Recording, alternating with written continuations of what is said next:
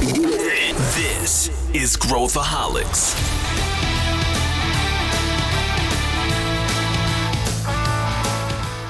Olá, aqui é Pedro Weingärtner, sou o CEO da ACE e esse é Growthaholics, o podcast para quem adora inovação e empreendedorismo. Hoje o tema são EdTechs. A gente vai falar sobre essa categoria de startups, sobre que tipo de EdTechs existem, se vale a pena investir nessas startups, quais aquelas são mais promissoras. E para falar sobre isso, a gente tem aqui o Ricardo Tavares, que é diretor-geral da FTD Educação, e a Amanda Coutinho, que é Head de CVC, de Corporate Venture Capital, aqui na ACE. Então a gente vai mergulhar nesse tema, eu acho que você vai gostar. Vem comigo. Para a gente mergulhar nesse assunto, eu estou aqui com duas figuras que vão conseguir abordá-lo de ângulos diferentes. Então estou aqui com Ricardo Tavares da FTD. Tudo bem, Ricardo? Tudo bem, Pedro? Joia. Obrigado pela oportunidade, uma alegria estar aqui com você. Para quem não te conhece, Ricardo, o que você faz na FTD? Muito bem, eu sou o diretor-geral da FTD Educação, uma empresa aí de 121 anos, eu estou aqui há 10 anos. O Ricardo Tavares, além do profissional de educação, professor de matemática e algumas pós-graduações e MBAs aí na área de gestão e marketing, né, que é o meu background. Também é casado com a Clarice há 26 anos e nós temos 3 filhos, a Lígia, a Ana e o Ricardinho, a gente mora em São Paulo. E está todo mundo endereçado aí, uma já formada na universidade, a outra no meio do curso e um terceiro anista aí pedalando para ver o que vai ser desse garoto para contribuir com a educação desse país também. É isso aí, ou seja, educação já está pulsando forte aqui e a gente vai mergulhar nesse tema com o Ricardo e com a Amanda Coutinho. Amanda Coutinho que já participou aqui de outras vezes do Growthaholics. Tudo bem, Amanda? Tudo ótimo. Prazer estar aqui com vocês, porque eu amo o Growthaholics, eu sou muito fã do podcast. A Amanda é uma ouvinte, ela sempre me manda comentários e a Amanda cuida aqui na ACE de tudo que é relacionado a Corporate Venture, né? Então ela está mergulhada também nesse tema. E vamos entrar aqui de cabeça. Antes, Ricardo, para quem está ouvindo aqui, você falou rapidamente, mas talvez o pessoal não saiba o que a FTD faz. Às vezes o pessoal usa ou trabalha com alguma coisa relacionada à FTD e não sabe, né? Porque ela tem tentáculos aí em vários lugares. Então, dá um giro rápido aqui para quem está nos ouvindo, só para situar os nossos ouvintes. Bom, legal. Bom, já disse a vocês, a FTD é uma empresa centenária, né? Pertence ao Grupo Marista. O Grupo Marista é um grupo confessional de educação que está presente em 80 países, muito conhecido pelos colégios maristas, né, em vários estados brasileiros. Hoje uma rede de educação básica com quase 100 mil alunos.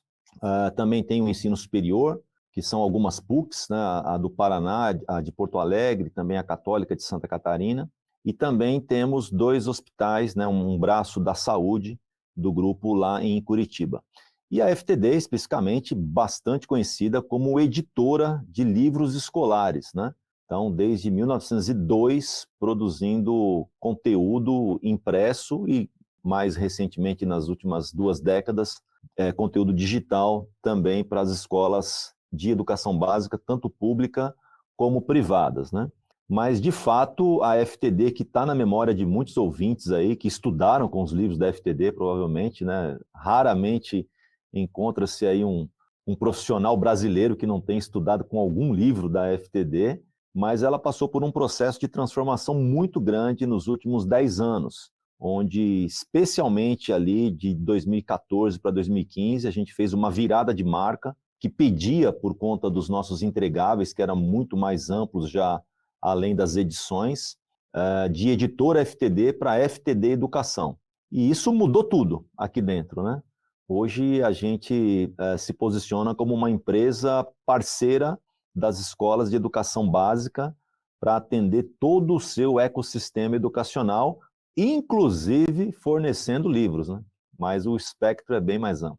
Tem muita coisa legal aí e vocês já repararam aqui, quem está ouvindo, que o Ricardo manja muito desse mercado e a gente vai querer explorar o cérebro dele, porque EdTech é um tema quentíssimo e eu quero começar aqui pedindo para a Amanda. Amanda, dá uma definição para a gente do que significa que é EdTech? Daí eu quero ver se o Ricardo quer complementar também essa definição. Aqui no Growthaholics a gente sempre começa com o básico, né? Vamos definir o que é este termo.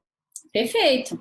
Ó, EdTech é um termo novo, mas o seu conceito ele não é tão novo assim, né? Então, a utilização de tecnologia para resolver problemas relacionados à educação não é uma coisa tão nova assim. Talvez estranhe essa junção, né, de educação com tecnologia, mas existem diversas plataformas que estão aí no cotidiano nosso, que são bem conhecidas, que são consideradas EdTech. Então, Duolingo, por exemplo, que a gente utiliza para aprender uma língua nova, ou o próprio Coursera, são algumas dessas tecnologias utilizadas em prol da educação, né? Existem aí, desde que se existe tecnologia, se utiliza a tecnologia para a educação, inclusive a internet surgiu como um mecanismo para ser aplicado para a transferência de conhecimento entre universidades, né? Então, da forma como a gente conhece hoje. Então, tecnologia e educação tem tudo a ver, e aí a EdTech é essa junção dessas duas palavras para significar essa tecnologia utilizada em prol da educação. Esse é um setor que é muito curioso, né, Ricardo? Porque, de um lado, a gente sabe que, é um problema a ser gigante, a ser resolvido por Brasil. A gente sabe que se a gente quiser resolver um problema, educação já destrava praticamente todos os outros, né? Se a gente resolver educação, praticamente a gente destrava todos os outros. É um mercado enorme, é um mercado que atinge toda a população, basicamente, mas, ao mesmo tempo, é um mercado dificílimo. É um mercado difícil, né? Não é você, vou entrar no mercado de educação. E a gente vê isso com muitas startups. A gente vê startup, super legal, uma EdTech, vou investir, né? Mas várias não conseguem chegar no patamar de volume que a gente chega, né? Hoje, se a gente for quebrar o mercado, o tamanho desse mercado, eu queria te ouvir um pouco quanto a isso. A gente ainda tem uma concentração de volume muito na graduação, né? Nos cursos mais tradicionais, mas a gente está vendo que existe, né, todo esse ecossistema de soluções que vão desde você mencionou material didático, você tem software para suportar o aluno, a relação aluno-professor, né, investimento que vocês fizeram recentemente, inclusive. Você tem diferentes categorias de soluções em EdTech. Eu queria ouvir um pouco de você. Primeiro, você concorda? Você acha que é um mercado realmente complexo? E como que você pensa sobre esse mercado de maneira geral, né? Onde estão, no seu ponto de vista, as oportunidades para a gente navegar neste mercado tão promissor e tão complexo? Não, legal, Pedro. E obrigado também, Amanda, aí, pela explicação das EdTechs. Essas startups da educação, a gente teve um volume bastante grande, recente, né? Você procura aí, a última estatística que eu vi, a gente já estava perto de 1.000 EdTechs desenvolvendo soluções no Brasil, né? E é legal que está espalhando, né, no Brasil todo, não é uma concentração só mais sul, né? Pernambuco também tinha algumas questões ali boas, né, naquele polo de tecnologia também, mas já em todos os estados, né, iniciativas nesse sentido. E educação é um oceano, né? E como qualquer oceano, tem uma diversidade de peixe bastante grande. Então, você tem que entender o que você quer pescar nesse oceano. E a boa notícia da oportunidade é, como você colocou, Pedro, talvez uma notícia não tão boa, que é da dificuldade que atravessa a educação, especialmente a brasileira, né? É uma questão discutida no mundo todo, mas as realidades também são muitas, né? A gente tem conversado aqui com profissionais de outros países, alguns muito conhecidos aí, inclusive visitados, né? Como a própria Finlândia, como a Letônia, mais recentemente Israel, Europa principalmente, México, né? E aí você tem a realidade brasileira, que é um continente, e a gente tem aqui um trabalho bastante robusto de segmentação. E é uma segmentação que não se limita ao que é educação pública e educação privada. que são coisas que exigem soluções e dinâmicas diferentes.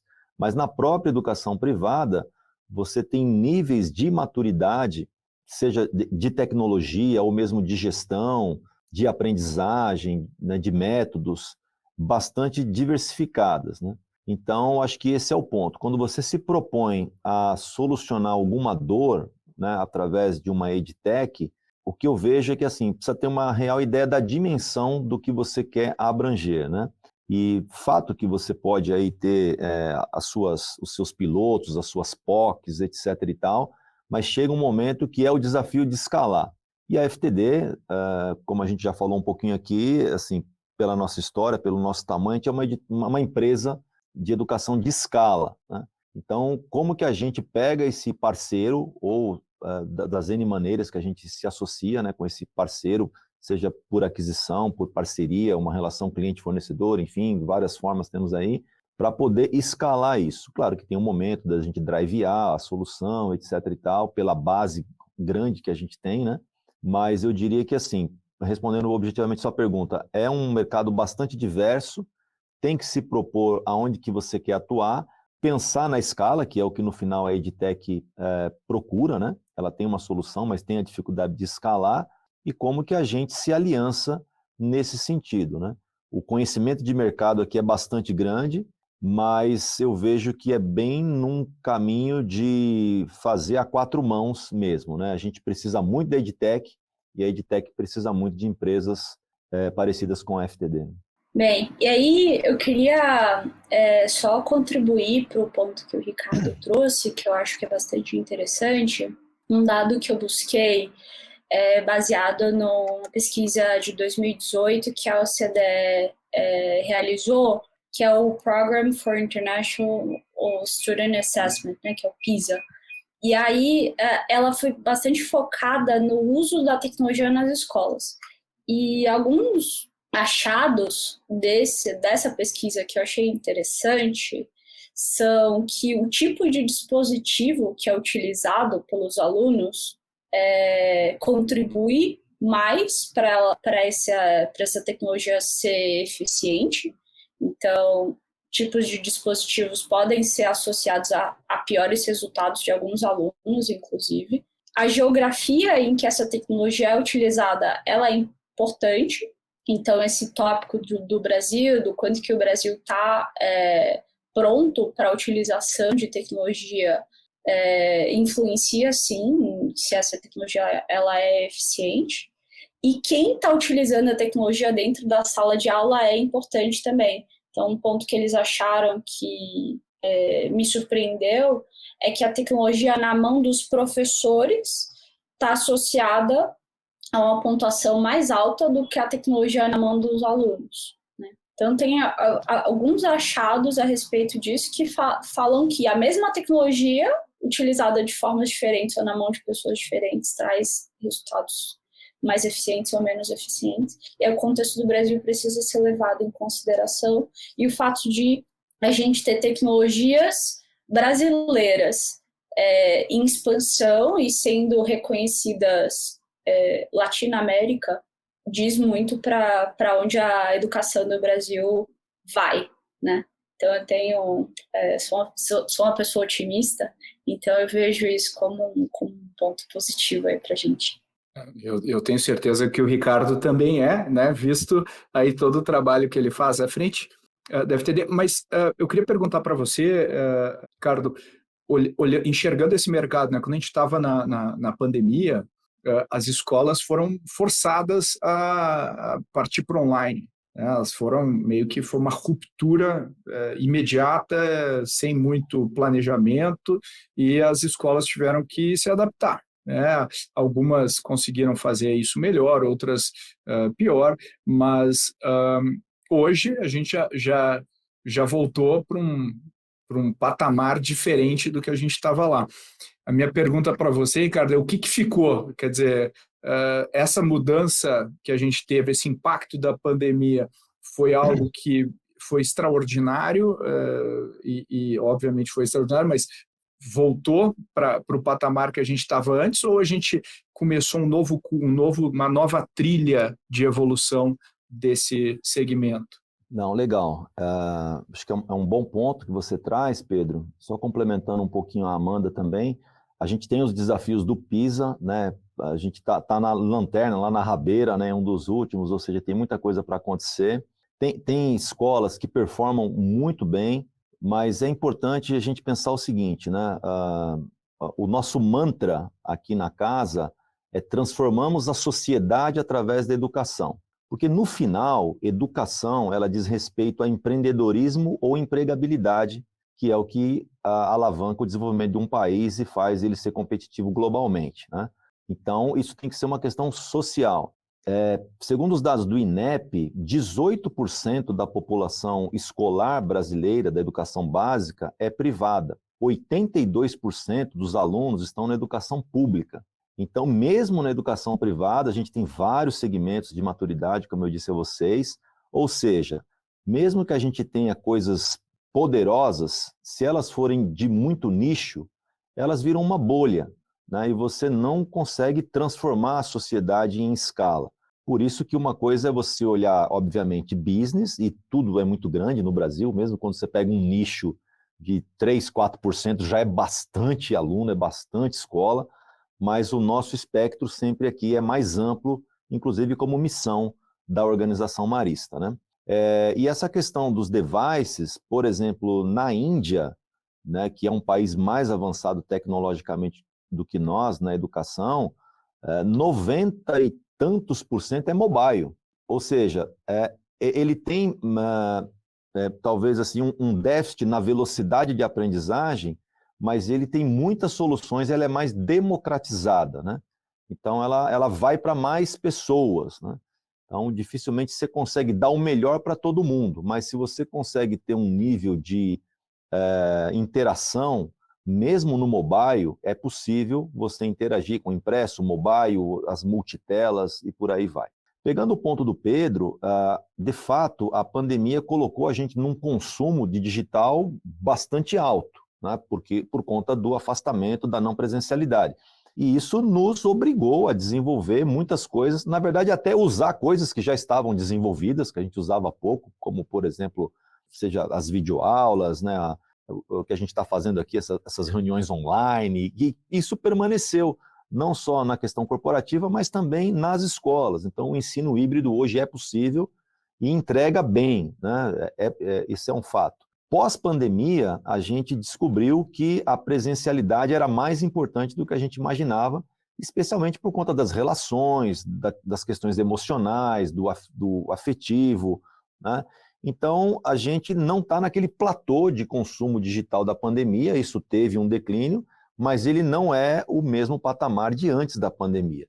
A gente aprendeu a esse trabalho tanto educativo como de trabalho corporativo no modelo híbrido. E isso trouxe muitas boas descobertas para nós, né?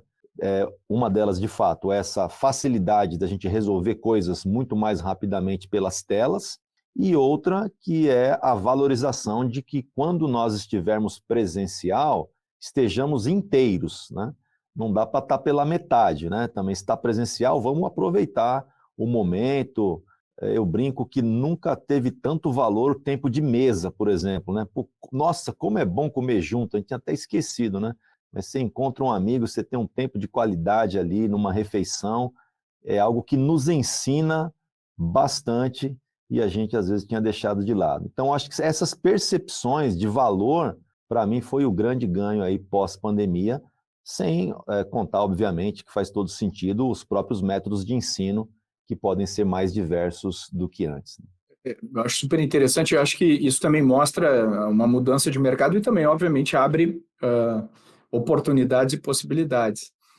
Agora, perguntando para você, Amanda, para quem está nos ouvindo aqui, para entender um pouco como que está organizado esse mercado, né, e que o tamanho desse mercado que a gente fala de VC agora, falando de investimento, como é que a gente pode ler esse mercado de maneira prática aqui para quem está nos ouvindo? Perfeito.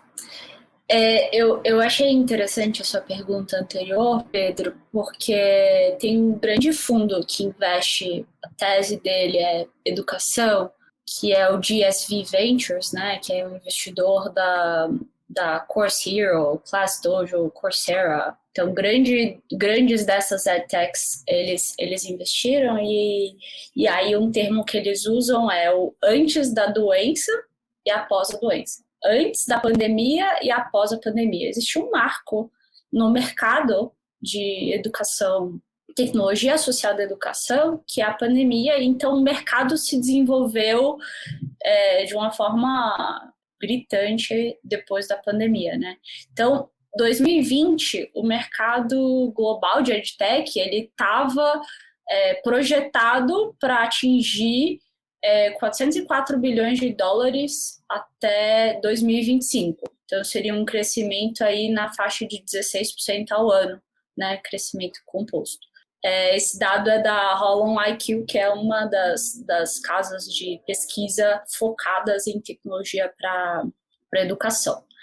E aí, a projeção que a gente tem atualmente, após a pandemia, é de um crescimento agora na casa dos 30% ao ano e atingindo até 2025 1 trilhão de dólares. Então, de 404 para 1 trilhão de dólares no mesmo período. Então, houve uma projeção de crescimento brutal após a pandemia voltada aí para essas edtechs, justamente porque o que se viu é que é bastante factível, vai ser cada vez mais usual a gente utilizar essas tecnologias para auxiliar em várias partes da jornada de aprendizagem e de educação, né? Então, esses são dados interessantes. O mercado de edtechs acabou avançando bastante de 2020 para 2021. Várias empresas públicas atingiram valuations altos, né? Houve uma correção agora, de 2021 para 2022, elas caíram em 25%, mas o mercado potencial ainda é muito grande e a gente tem aqui no Brasil boas tecnologias que podem abraçar esse mercado. Complementando um pouquinho, Pedro, se você me permite aí a Amanda, e a gente sentiu esse movimento aqui dentro de casa. A gente tem um programa de inovação aberta aqui que é o Orbita. Lançamos ele há uns 18 meses atrás, mais ou menos. Tivemos aí 158 edtechs inscritas no nosso programa, do Brasil todo. Foi muito legal ver gente, assim, professores, sabe, empreendedores mesmo, querendo resolver os problemas da educação de uma maneira, assim, apaixonante. E foi muito legal esse programa. A gente validou, tivemos pitches, etc. Foi muito divertido. E fizemos negócio também, como você já falou, né? E o legal é que isso abriu uma rede de contatos com outras edtechs e a gente vem sendo, depois do programa, muito procurado por várias delas, né? Claro, pela exposição, mas por ver que é possível, né, fazer essas alianças. E não só isso, mas também do nosso time aqui, focado em inovação e desenvolvimento na área de educação, a busca de muita mentoria. E a gente tem trocado ideias assim abertamente, né? Se ajudando uns aos outros, com o objetivo, claro, se possível, de fazer negócio, mas de nos ajudarmos a melhorar a educação do Brasil. Então, eu quero só grifar esse ponto da Amanda, que tem a ver com volume de transacional, com número de empresas, mas com, eu diria que, propósitos muito legítimos dessas pessoas, né? Muito engajadas e apaixonadas por fazer acontecer, e isso tem feito toda a diferença para nós aqui. E essa é uma característica que eu vejo, muitos empreendedores e empreendedoras da área de educação são muito apaixonados realmente pelo tema. Agora, continuando, Ricardo, nesse raciocínio, a gente tem você mencionou, né, que algumas startups procuram vocês com o objetivo de acelerar a distribuição. Você tem acesso, né? Você tem acesso. Eu queria ouvir também a Amanda nisso, mas quando vem uma startup, uma edtech aqui para o nosso portfólio, a gente sempre fica com um sentimento duplo, né? A gente fica de um lado, a gente fala, Pô, que legal, é uma EdTech, vamos ver, vamos... Por outro lado, nossa, é difícil. É difícil a gente conseguir ter uma EdTech que chega na massa crítica para atingir, né, aqueles patamares de receita e tudo mais que a gente gostaria. E eu acho que existem fatores para isso, né, que impactam nisso. Eu queria ouvir um pouco de você, Ricardo. A gente tem um regulador no mercado, né? A gente tem um regulador, assim como se a gente olhar o setor financeiro, a gente vê o papel que o regulador do setor financeiro teve para alavancar novas startups, as fintechs, né? E que, enfim, hoje temos o Nubank, os bancos digitais e todo um ecossistema de crédito e tudo mais. Então, tem o papel do regulador, que eu queria ouvir de você, como é que está isso, como é que você lê o regulador hoje, e se é algo impactante. Claro que a gente não está falando aqui de cursos livres e etc., mas daquilo que é o maior bolo, provavelmente, em termos de tamanho de mercado. E a gente tem a dificuldade de distribuir esse produto, porque é um produto que a gente tem um país aí que é continental, é um produto que, se a gente olhar o ponto de vista B2C desse produto, de eu chegar no meu cliente, não é simples, né? Você trabalha com marcas que são centenárias, que já tem uma reputação e tudo mais, você começar do zero não é simples, né, com um modelo novo. Então, eu queria ouvir de você se tem, além da distribuição, além da regulação, que outros fatores, e se esses são também, você concorda, que outros fatores existem que impedem ou que dificultam EdTechs de escalar no Brasil? Acho que o ponto que você toca é que às vezes é muita paixão e dificuldade de gestão, de fazer um business plan mais bem desenhado, entender o mercado principalmente, né?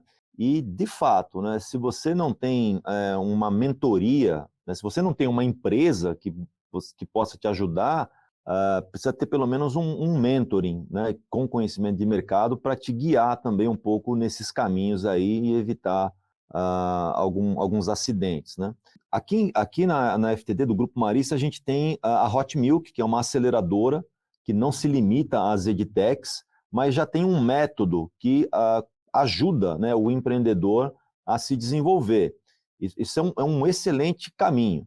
E o que a gente também aprendeu, né, nesse percurso nosso, desse programa de inovação aberta, o Órbita, é que, por exemplo, boutiques focadas em gestão, como a própria ACE, tem um papel fundamental na reta final, né? Porque você tem a prova de conceito, o negócio é quente, tem chance, mas quando você vai ver, né, como é que está estruturado ali a questão da sociedade, o cap table, o endividamento, olha, são muitas surpresas, né, que a gente tem. Você fala, pô, mas você não falou isso aqui para a gente? Não, sabe o que é? Aí mistura PJ com pessoa física, né?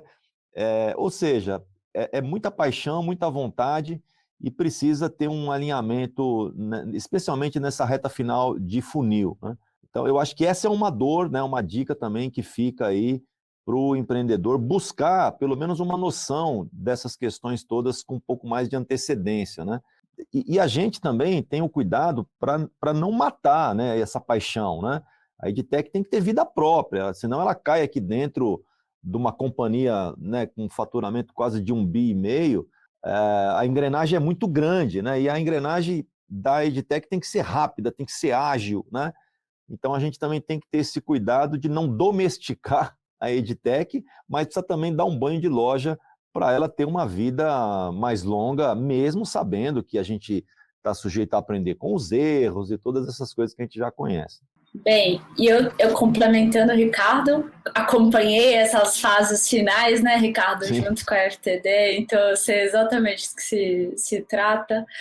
Mas complementando, eu tenho 3 dicas para esses empreendedores de EdTech. Primeiro, você tocou, que é faça com parceiros. Esses parceiros são alavancadores alavancas de crescimento, né? CVC, especificamente, é uma avenida muito interessante para EdTechs. Inclusive, é o mercado mais aquecido em termos de CVC. Grandes empresas já têm CVCs estruturados e estão fazendo investimentos em startups justamente porque elas entendem que elas são essas potenciais alavancas de crescimento e que existem várias sinergias que podem surgir desse investimento minoritário. Então, eu acho que esse é um. E se conectar por meio de programas de inovação aberta é um caminho, né? Então, para você conseguir ter esse canal de acesso e essa capilaridade que essas grandes empresas de educação têm. E recomendo bastante o programa Órbita e a Hot Milk, que conheço de perto, para esses que estão nos ouvindo, né? Eu acho que esse é o primeiro conselho. Um segundo conselho é que eu vejo que os empreendedores de EdTech, empreendedores em geral, mas especialmente o de EdTech, eles estão mais focados na solução do que na dor real. Na solução que eles envisionaram do que se isso de fato é uma dor e existe um cliente que estaria disposto a pagar por isso, né? E esse depois é um problema para escalar. Então, um ponto de olhar desde o princípio da ideia existe pagantes, pessoas dispostas a pagar por esse serviço? Essa é uma dor real? Esse é um segundo conselho. E um terceiro conselho está no tipo de cliente final. Então, o que a gente tem visto é que, para VC, as EdTechs que têm tido um olhar maior aí pelo investidor são empresas focadas em negócios, então focadas em soluções para escolas, soluções para universidades, e não tão focadas assim no cliente final, no aluno, né? Essas tendem a escalar um pouco mais rápido, porque o mercado tem um apetite por essas tecnologias, tem tido um apetite por essas tecnologias, e o que a gente tem visto é que essas aí têm tido um pouco mais de sucesso. Então, acho que são essas 3 dicas aí que eu daria hoje, Pedro.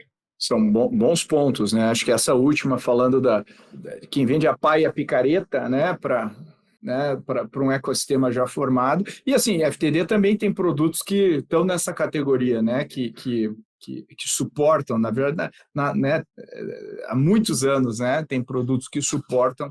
Aí eu acho que a venda B2B também e o produto B2B precisa de menos capital para escalar. A gente sabe que um produto B2C é bem mais caro, então esse é um impacto, é o eterno B2C, B2B do Brasil.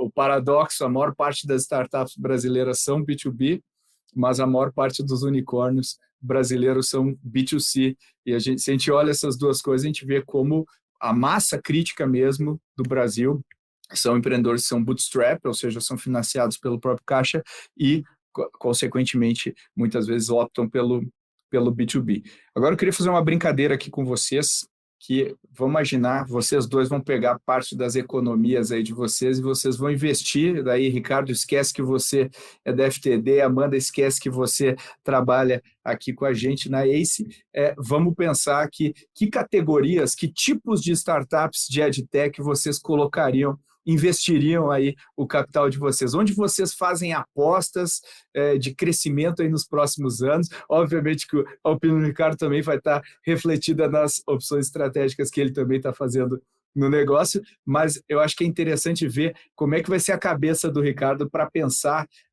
em que categorias, que tipos de negócio para investir. O que você acha, Ricardo? Quero ver se você vai me surpreender aqui, se vai ter coisas que eu não imaginava que você falaria. Bom, de fato a gente acaba, eu vou brincar com vocês aqui, quanto tempo eu me preparei para esse podcast, né? Me preparei 30 minutos e 49 anos, né? Ou seja, a gente traz o background todo aqui para responder essa sua pergunta, né? Da nossa história de vida e tal. Mas entre esse dilema B2B mais ágil e B2C com maior volume, quando acerta a mão, né? Porque daí transborda, a minha história e o que eu acredito é algo chamado B2B2C, né? Ou seja, eu preciso alcançar o consumidor final, que no nosso caso é aluno ou família, né? O aluno porque ele precisa aprender mais e melhor, e a família é o que paga esse desenvolvimento, né? Eu acredito que sem esse B do meio, que é a escola, eu acho difícil acontecer, a não ser algumas exceções, né, que podem acontecer e tal, mas aí são os craques de jogador de futebol, que, né, surge ali 1 em 1,5 milhão, mais ou menos, né?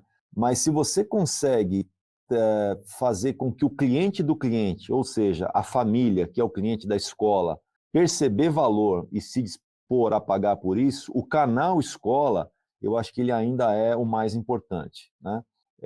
A gente estima que, além dos materiais didáticos, né, que é a nossa origem na FTD, orbita transacionalmente em torno da escola, além do material didático e da mensalidade, que são as coisas mais comuns, em torno aí de 15 bilhões de reais hoje, né?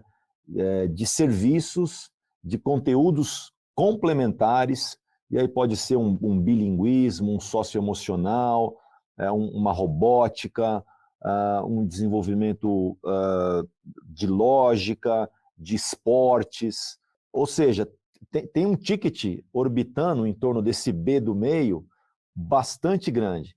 E quem ajudar a escola a capturar melhor esse recurso complementar e a família perceber valor e isso tiver uma entrega efetiva, eu acho que é por aí que eu arriscaria meu dinheirinho, e se a Amanda tentar alguma coisa, eu sou investidor anjo dela.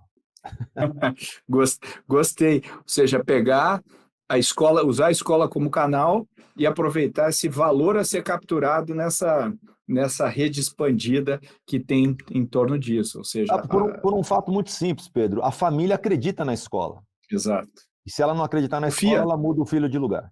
Exato.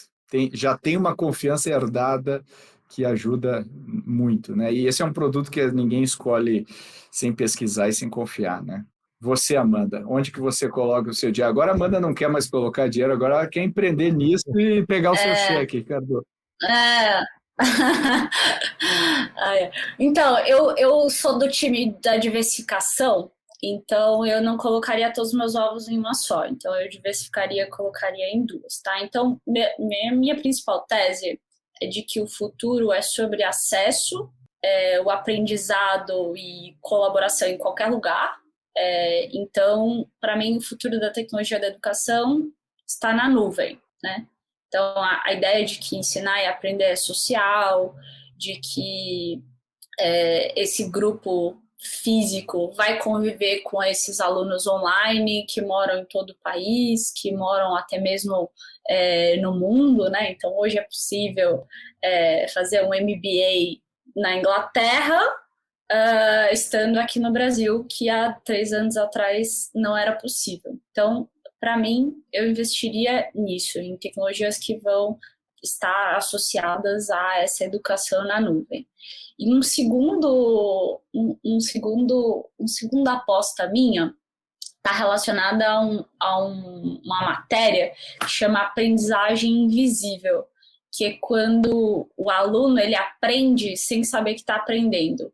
Jogos, por exemplo, como Fortnite, que a pessoa, o jogador está ali aprendendo matérias-chave de uma forma subliminar e faz com que esses alunos eles queiram jogar e aprendendo de uma forma que não é tão aparente assim, né?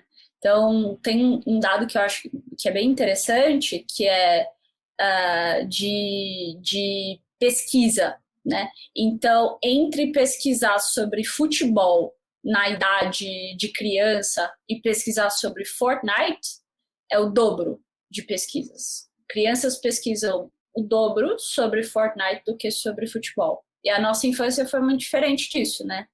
A nossa infância já foi bastante focada em coisas que eram presenciais. Então, acho que a utilização de jogos, plataformas de gamificação associadas à aprendizagem seria uma segunda aposta minha, essa aprendizagem invisível. Boa. Bons pontos. Eu, se eu for colocar o meu dinheiro, obviamente eu colocaria um pouquinho em cada uma das startups aí que vocês investem e reservaria um extra para colocar alguma coisa em startups de educação que utilizem pesadamente inteligência artificial, que é uma coisa que eu acredito que vai ter um papel importante aí em toda essa dinâmica. Eu como professor aí há há muitos anos, né, há mais de 20 anos, eu acredito que tem um papel, não sei ainda qual, ainda não tenho clareza, imagino que ninguém tenha, né, clareza, tem apostas de caminhos, mas eu acho que isso vem trazer novas possibilidades de aprendizado e também novos desafios, né, Ricardo, em sala de aula, para a gente lidar com tudo isso, né? Você já está falando aí do déficit de atenção das pessoas, né? Quando estão presencialmente, fogem para o digital nos seus aparelhos. Eu acho que tem algo aí para a gente pensar. E com isso eu sei que estamos aí com o tempo contado, né, do Ricardo, vou respeitar aqui a agenda, mas eu queria te agradecer, Ricardo, pela tua participação aí, certamente trouxe muitos insights para quem está aqui, e eu queria deixar aberto para você, quem quiser, quem estiver nos ouvindo, tem muito empreendedor que está nos ouvindo, quem quiser se aproximar de alguma maneira da FTD, quais são os caminhos que você recomenda? Muito bem, né? A gente já fez um jabá aqui do Órbita. Acho que esse é o grande caminho. A gente tem os contatos dos profissionais que estão conosco aqui, meu, da Ceci, da Gabi, no LinkedIn. A gente conversa por ali também, tranquilamente, endereça aí as oportunidades, né? A gente olha, a gente é uma empresa, sim, de educação e de inovação, mas tem uma característica muito humana também nessa casa, né? Também de simplicidade, que é um valor bem legal, que a gente gosta bastante, né? E nesse desafio, né, para os nossos ouvintes também, eu queria deixar aqui um ponto, né? Ainda no comentário anterior, né, teu e da Amanda, o Brasil hoje ele tem 2.500.000 professores de educação básica que precisam ser desenvolvidos com essas tecnologias, né? Porque se o professor está alinhado e está entusiasmado com a potência do que as edtechs podem entregar, a aula é outra, né? E isso transforma a educação. E tem uma frase da Mônica Tim, que é uma educadora de Porto Alegre, que ela diz o seguinte, né? A escola nunca vai ser mais competente do que a competência dos seus professores, né? Então, o professor é chave no processo. E nosso time aqui chegou da Beth London recentemente e a mensagem é assim, qual é a mensagem, o épico, qual é o imperativo da educação na Europa atualmente? Investir no professor. Então, esse é um cara aí que precisa ser trabalhado. Como é que a gente acelera esse cara? A gente fala de acelerar edtech, precisamos acelerar pessoas, acelerar professores, né? E ele é um cara que não está disposto a pagar muito por isso, né? É um desafio de um comportamento que a gente tem, mas junto com a escola, quem conseguir trazer uma solução e fazer essa transformação digital e comportamental em escala dos professores, eu acredito que fará bons negócios, mas, acima de tudo, mexe o ponteiro da educação. Olha aí, olha que insight. Ainda bem que você falou esse insight aí final, Ricardo. Genial. Eu acho que é isso. Eu como professor, atesto isso. Acho que é a alavanca que move tudo. E agradeço aqui também a Amanda Coutinho. Obrigado aí pelos insights, Amanda. Também a gente vai colocar os teus contatos aqui nas notas, assim como contar o LinkedIn aí do Ricardo da equipe desse episódio. Mas te agradeço aí pela participação, por trazer aí os dados tão legais aí do mercado. Eu que agradeço, Pedro. E aí, construindo no que o Ricardo falou, a gente faz pontes com diversas dessas empresas, então qualquer empreendedor que tenha uma ideia de empresa e queira validar um pouco se a tese está aderente com o que o mercado está olhando, ou que está entrando numa fase de investimento e gostaria de se conectar, trazendo de novo aquele conselho que eu dei, de se conectar com um parceiro, a gente faz essa ponte também e adoraria que entrassem em contato. Aí estamos felizes em ajudar. Nosso propósito é acelerar a inovação no Brasil, então de qualquer forma que a gente conseguir fazer isso, é válido. É isso aí. Muito obrigado! E aí, gostou desse episódio? Se você curtiu, dá um pulinho no episódio 169, onde a gente fala um pouquinho mais sobre as tendências de negócios para 2023. A gente fala sobre vários temas e eu acho que você vai tirar muitos insights dali. Como sempre, peço seu feedback, sugestões, manda mensagem para podcast@goace.vc e a gente vai responder todas as suas mensagens com muito carinho. E se você ficou até o final, eu sempre faço o meu pedido, que é divulgue, ajude a divulgar o Growthaholics, por isso ajuda a gente a viralizar e mais pessoas entram em contato com o nosso conteúdo. Então, 30 segundinhos, é tudo que eu peço do seu tempo e posta no Instagram, posta no LinkedIn, marca a gente, manda em grupos de WhatsApp, manda para pessoas que você acha que podem se beneficiar desse conteúdo, porque isso ajuda bastante a gente. Valeu e até a próxima.